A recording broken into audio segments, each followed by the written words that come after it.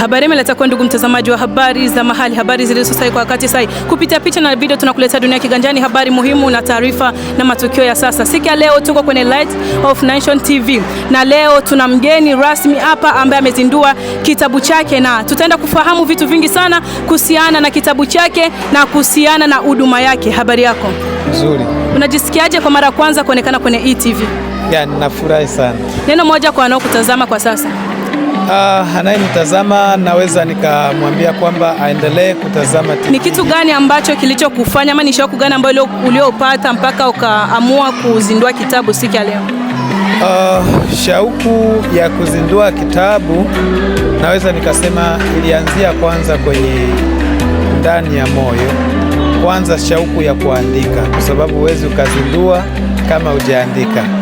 Kwa nilipata shauku ya kuandika kwa sababu ya kuweka ujumbe wa kudumu kwa mataifa mengine yanayokuja.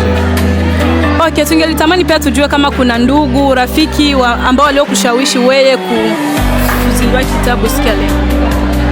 Ushawishi wa ndugu haupo.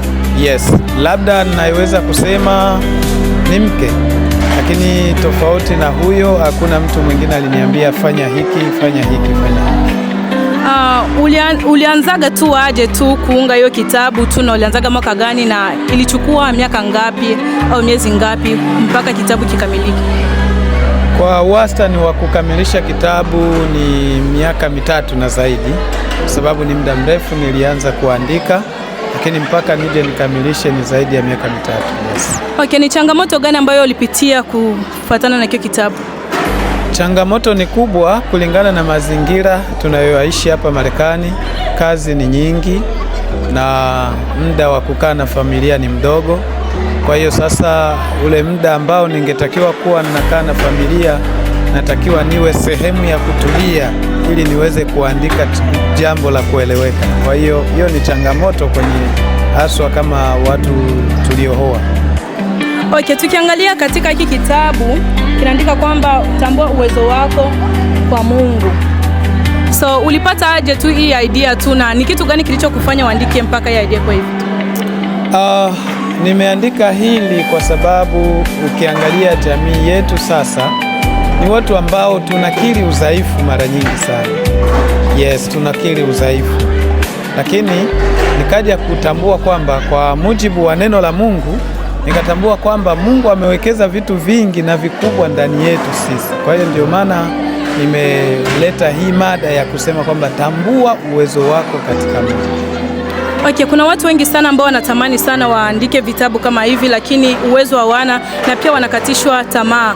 Wewe kama ambaye uliweza kuandika kitabu chako siku ya leo na ukakizindua, ni neno gani ambao unaweza kuwaambia watazamaji wanaokutizama kwa sasa kwamba wasikate tamaa ama aje? Kwanza kabisa kwa yule ambaye ana maono ya kuandika kitabu, ni process ambayo sio kitu tu cha kulala kuamka na unakamilisha. Cha msingi tu ni kwamba ambacho ninaweza nikashauri cha kwanza, kama upo kwenye mchakato wa kuandika kitabu, utakiwe kuanza kuambia watu kwamba unaandika kitabu. Hilo ni la kwanza, kwa sababu itakuwa ni sababu ya kukuvunja moyo. Lakini pili, kitu kikubwa ambacho kitasaidia sana ni kuweka ile nia. Ukishasikia msukumo wa ndani unaanza, ile nia sasa ya kukamilisha inatakiwa iwe ndani yako. Bila hivyo utaishia njiani, na hata hivi tunavyosema leo kuna watu wengi wana process hiyo na muda mrefu sana. Wakati nimetangaza uzinduzi huu, watu wengi walinijia wakiniambia, na mimi bwana, tangu mwaka fulani nilianza kuandika ila sijamaliza. Kwa hiyo nakuta ni wengi ambao ile nia na kuiongezea bidii ikikosekana hauwezi kukamilisha kitabu. Okay, tungelitamani pia tujue katika hiki kitabu muna sura ngapi, na unaweza ukatutajia tu sura 3 ambazo umuhimu wake tu? Yes, katika kitabu hiki kina sura 8, na ndani ya hizo 8, ya kwanza kabisa inaelezea habari ya nguvu ama uwezo wa mtu mweusi, tukizingatia kwamba hiki kitabu nimeandika kwa lugha ya Kiswahili. Kwa maana hiyo watakao kipokea ni ndugu zetu wa Afrika au watu weusi, kizazi cheusi.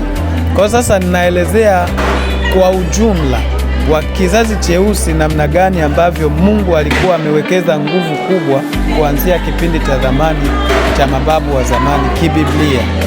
Na kuna sura nyingine ambayo inazungumzia habari za asilimia kubwa za watu hawajui kama ni akina nani.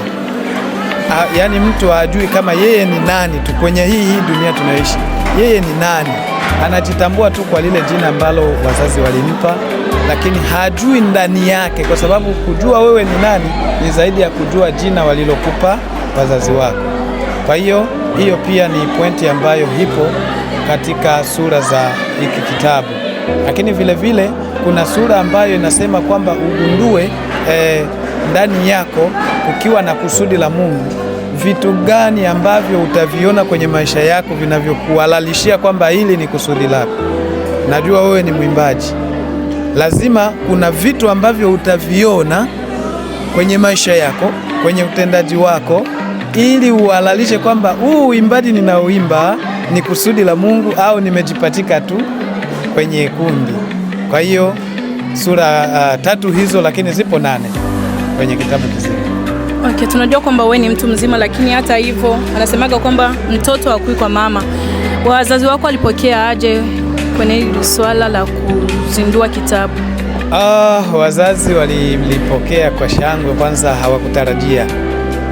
hawakutarajia kwa sababu naamini kwamba kwenye ukoo wetu hawakuwahi kuona mmoja wapo tangu na wao walizaliwa mpaka wametukuza sisi, hawakuwahi kuona mmoja wapo kwenye ukoo wetu. Kwa hiyo sasa nilipowapa taarifa hii, kwanza kuipokea ilikuwa ni kama hivi, ni kweli ni kitabu au kwa namna fulani ambayo ya mshangao, lakini na shauku kubwa, kwa sababu ni kitu ambacho hakijatokea kwenye ukoo. Okay, kwanza nikupongeze kwanza, maana naona kwamba kitabu yani ni kizuri kabisa, na naamini pia anayenitazama hapo ataenda kufaidika vitu vingi sana kufuatana na hiki kitabu chako. Pia ningelitamani sana kujua kwamba ulikuwa na ndoto ya kuandika kitabu ama tu imetokea tu yani kighafla tu? Yes, ndoto ya kuandika kitabu nilikuwa nayo, na hiyo ilianza tangu 2016. Kipindi tu nimeanza huduma ya Injili na umisheni rasmi, nikawa na ile ndoto ikawa ndani yangu, na nashukuru Mungu imekuja kukamilika kwa mara ya kwanza leo. Nasema kwa mara ya kwanza kwa sababu sio mwisho. Yes. Okay, ni nani aliyegundua kwamba una uwezo huo wa kuandika mpaka kitabu katika familia ama katika warafiki? Ni mtu gani ambaye aliyegundua kwamba una uwezo wa kuandika kitabu katika familia yako ama katika marafiki? Miongoni mwa familia wala marafiki hakuna aliyegundua, ila baada ya mimi kukamilisha hichi cha kwanza, naamini sasa wameanza kugundua. Yes. Wewe kama wewe, tutarajie vitu gani ambavyo vitatokea hapo mbele? Hiki kitakuwa kitabu cha mwisho na cha kwanza ama utatosha vitu vingine? Kwanza kabisa kwenye hichi kitabu huku cover upande wa nyuma utaona kwamba nimetoa hamasa kwamba kila mmoja ambaye anamaliza kukisoma hiki atarajie nakala ya pili ya toleo hili, lakini ninatarajia kutoa masomo tofauti kulingana na kile ambacho Mungu ataniwezesha. Okay, hapa Ruvu unaweza kuwa mbembe wa kwanza kuzindua kitabu ama wa pili. Unajisikiaje kuwa mbembe wa kwanza ambaye utajulikana sana kupitia interview na kupitia tu TV zingine? Naona hapa watu wengi walikuwa nakushangilia na pia watu wengi walikurekodi sana. Utajisikiaje kuwa mbembe wa kwanza kuvuma ama kujulikana sana katika vitu vya huduma kama hivi vya Mungu kwa kuzindua kitabu? Najisikia furaha, lakini ndugu mtangazaji, ambacho ninaweza nikasema hapo ni kwamba kile tunachokifanya sio kwa sababu ya sifa kwa watu, licha ya kuwa kila mmoja huwa anapongeza anavyotaka na kuna wanaoponda pia. Nimeshawaona tayari, hata wakati naandaa uzinduzi kuna waliopongeza, kuna wanaoponda.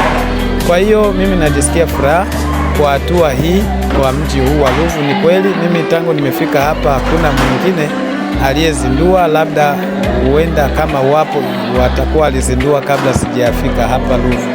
Kwa hiyo nasikia furaha sana katika hatua hii niliyoikamilisha leo. Okay, ni neno gani la mwisho ambalo ungetamani kuambia wale wote ambao wanapendaga sana kuzindua vitabu lakini wanakatishwa tamaa na watu na wanavunjika moyo, wanasema kwamba tena hawatafanyaga tena? Wewe kama Shukuru, unajisikiaje ama unaweza kuambia nini mashabiki wanaokutazama kwa sasa kuhusiana na hii? Yes, kwanza kabisa mimi kwa uandishi wangu ninafanya kwa kuwezeshwa na Mungu.